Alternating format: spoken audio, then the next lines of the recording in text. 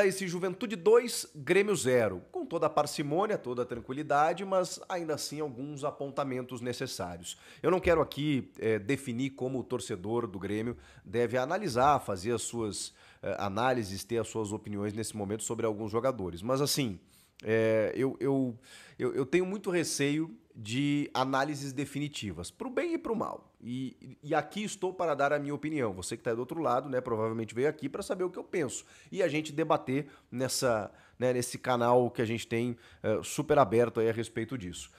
O time foi misto, né, gente? Não foi um time reserva, mas também não foi titular. É que a gente considera o Cuéllar, por exemplo, um titular, que na verdade ele não é. Pode ser que ele jogue o Clássico Grenal, mas ele tá visivelmente fora de ritmo, assim, ele tá dando umas pichotadas e tal. É um jogador tecnicamente muito bom, mas em alguns momentos ele se atrapalha e é natural, ele tá voltando ao futebol brasileiro depois de 6 temporadas.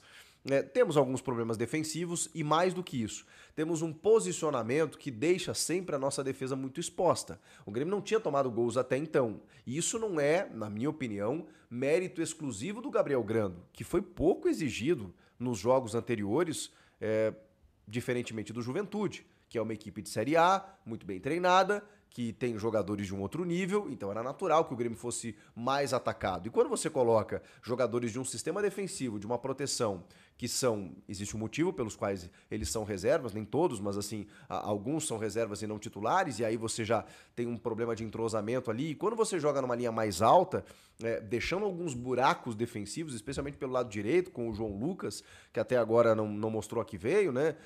Na lateral direita, é natural que você sofra mais, que você seja mais agredido. E aí, obviamente, que tem a individualidade do Thiago Volpi, que vai ser um tema polêmico no vídeo, porque eu defendi a contratação do Volpi. Eu ainda acho que o Volpi vai dar certo. E também por não confiar totalmente no Gabriel Grando. Acho que é um menino que merece todo o sucesso do mundo, que tá fazendo por merecer nesse começo de temporada, com uma exigência menor, é verdade. E esse é o meu medo. Ele vai jogar o Grenal, ele vai ser titular no Grenal e vai ser mais testado do que o Volpi. E em 2023, não vou jogar na conta do Grando, mas não fomos campeões brasileiros porque vazávamos muito.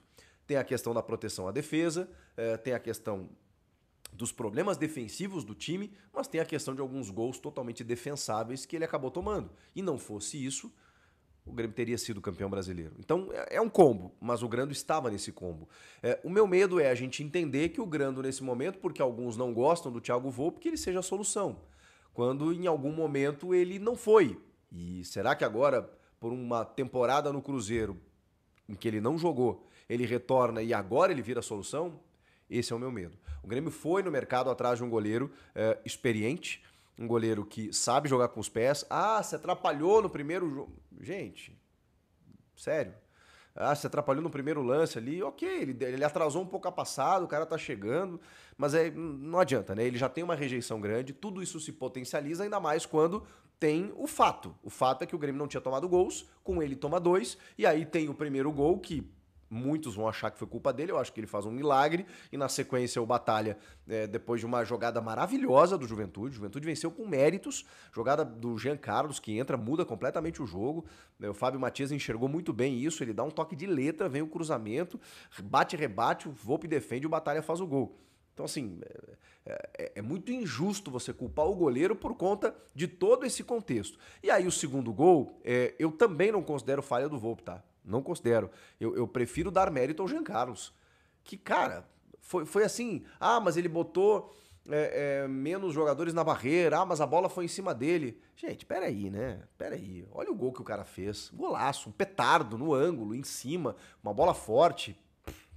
Assim, acho um exagero. Acho um exagero e não tem nenhum problema discordar de mim, tá? Eu só acho que vão pegar no pé dele, não tem jeito. Se o Volpi tivesse feito um jogo que fosse 0-0 e ele pegasse muito e tal, ainda ia ter gente que ia falar. Então eu acho que o Grêmio contratou um goleiro para ser titular. Só que ele chegou faz pouco tempo. Eu até entendo o Grando agora ser titular no Grenal, mas sei lá, eu não confio 100%. Não confio.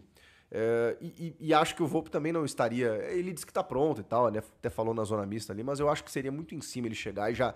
Porque aí, daqui a pouco ele toma um gol no Grenal, aí pronto, aí sepulta a carreira do Volpe aqui na chegada ao Grêmio, né? Então, o Grando já tem um histórico, já chegou, já estava sendo titular, então tudo bem, deixa o Grando jogar. Agora, não foi por causa do Volpe que o Grêmio perdeu para o Juventude. Foi porque o Grêmio teve um time completamente modificado, a defesa joga muitas vezes numa linha mais alta e deixando alguns buracos e alguns espaços. Alguns jogadores individualmente foram muito abaixo. E olha que do meio pra frente, o Quinteiros escalou um time muito interessante. Tinha Monsalve, tinha Arezzo, tinha Aravena, e todos eles perderam gols inacreditáveis. Já estava 2-0, mas o Arezzo perde um gol bizarro. Quando não estava 2-0, o Monsalve perde um gol inacreditável. O Grêmio chegou também. O Grêmio também perdeu seus golzinhos. O jogo foi movimentado, mas o Juventude jogou melhor. Jogou melhor que o Grêmio, foi mais efetivo, inclusive, e por isso conquistou o seu resultado. O Quinteiros, ele começa o jogo, né, com o Volpe, o João Lucas, que está devendo realmente, o Eli e o Gustavo Martins, depois entra o Gemerson. Pro Grenal a zaga deve ser Eli e Gemerson, e aí eu também tendo a não confiar totalmente nessa defesa, mas ok, são os zagueiros que temos. O Vieri, que é um menino que também se atrapalhou um pouquinho, e é natural. O moleque chegou ontem da Copinha.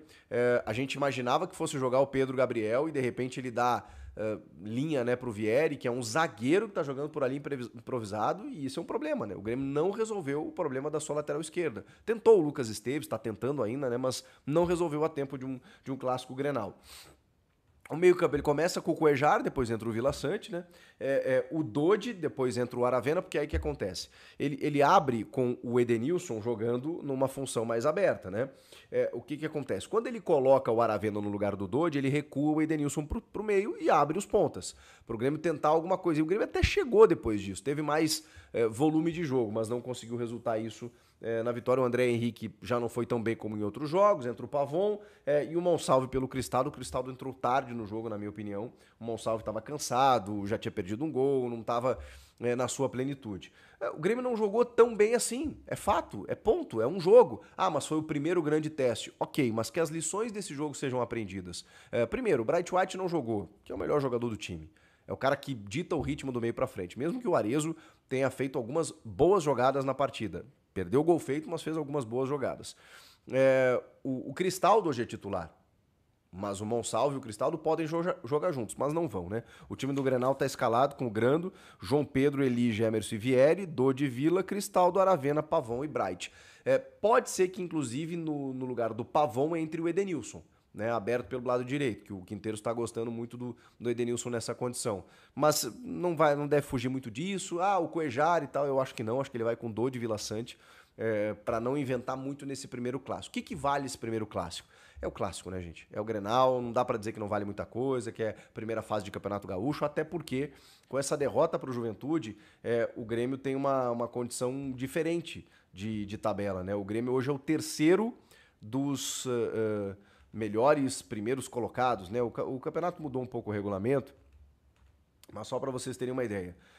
O Grêmio é o primeiro colocado do seu grupo, o Inter é o primeiro do seu grupo e o Juventude é o primeiro do seu grupo. Os três primeiros colocados desses grupos se classificam. E depois o melhor segundo colocado desses grupos. Só que agora, quando você coloca um confronto de semifinal, por exemplo, contra esses adversários, no caso Internacional e Juventude, o Grêmio hoje já está numa condição inferior a eles. O Grêmio é o terceiro melhor dos primeiros colocados. Ou seja, o Inter tem 13 pontos, o Juventude tem 12 e o Grêmio tem 10. Então o Grêmio vai precisar vencer o Grenal para retomar essa condição, e aí vai depender do jogo do Juventude e tal, para ter uma condição legal na semifinal e decidir em casa. Então, tudo isso se modificou também, justamente às vésperas do Grenal. Que mais? Individualmente falando aqui dos jogadores que atuaram e tudo mais, acho que a gente teve, eu já falei aqui dos zagueiros, já falei dos laterais, eu já falei de praticamente todo mundo, né? O Arezzo acho que fez um bom jogo e tal, né? Embora tenha perdido aquele gol, já falei do Monsalve também. Deixa eu ver se faltou destacar alguém. O Pavon entrou mais tarde no jogo e tal, enfim. Eu acho assim, Claro que a gente estava empolgado pelos movimentos, pela maneira do Grêmio jogar com quinteiros. Só que isso não aconteceu contra o Juventude. Não sei se foi por conta da qualidade do adversário, se foi por conta de especialmente um sistema defensivo ali que não estava acostumado a jogar tão junto, inclusive com o goleiro, né? Que daqui a pouco bagunçou um pouco as estruturas e aí o Grêmio precisa corrigir isso porque vai ser bem testado e exigido no Grenal. Individualmente perdeu alguns gols que, se fosse mais eficaz, talvez pelo menos até poderia ter beliscado um empate, sei lá. Mas enfim, todas essas lições, rapidamente elas têm que ser aprendidas, diluídas, digeridas e explanadas para que elas não se repitam no sábado. É só um primeiro jogo, ele não é que não vale muita coisa, mas ok, né? Ele não vai definir a vida de Grêmio Internacional, mas vai dizer isso pro torcedor, que o clássico Grenal, ele não tem tanta validade assim. Não, o Grêmio precisa ganhar. O Grêmio terminou muito mal a temporada passada, começou nos dando uma expectativa maior e o Inter o contrário. O Inter terminou muito bem, começou meio que, nossa, o Inter ainda não fez um grande jogo, aí na noite dessa quarta-feira mete um 3-0 no Brasil de Pelotas, começa a arrumar o time justamente às vésperas do clássico. Problemas que precisam ser resolvidos, porque o Grêmio tem que ganhar o Grenal, tem que ganhar o Grenal. É na casa do Grêmio, vai dar uma moral, vai dar uma condição de tabela, vai mostrar se o Grêmio quer efetivamente esse título gaúcho. E aí, o que vocês acharam do jogo? Comenta aqui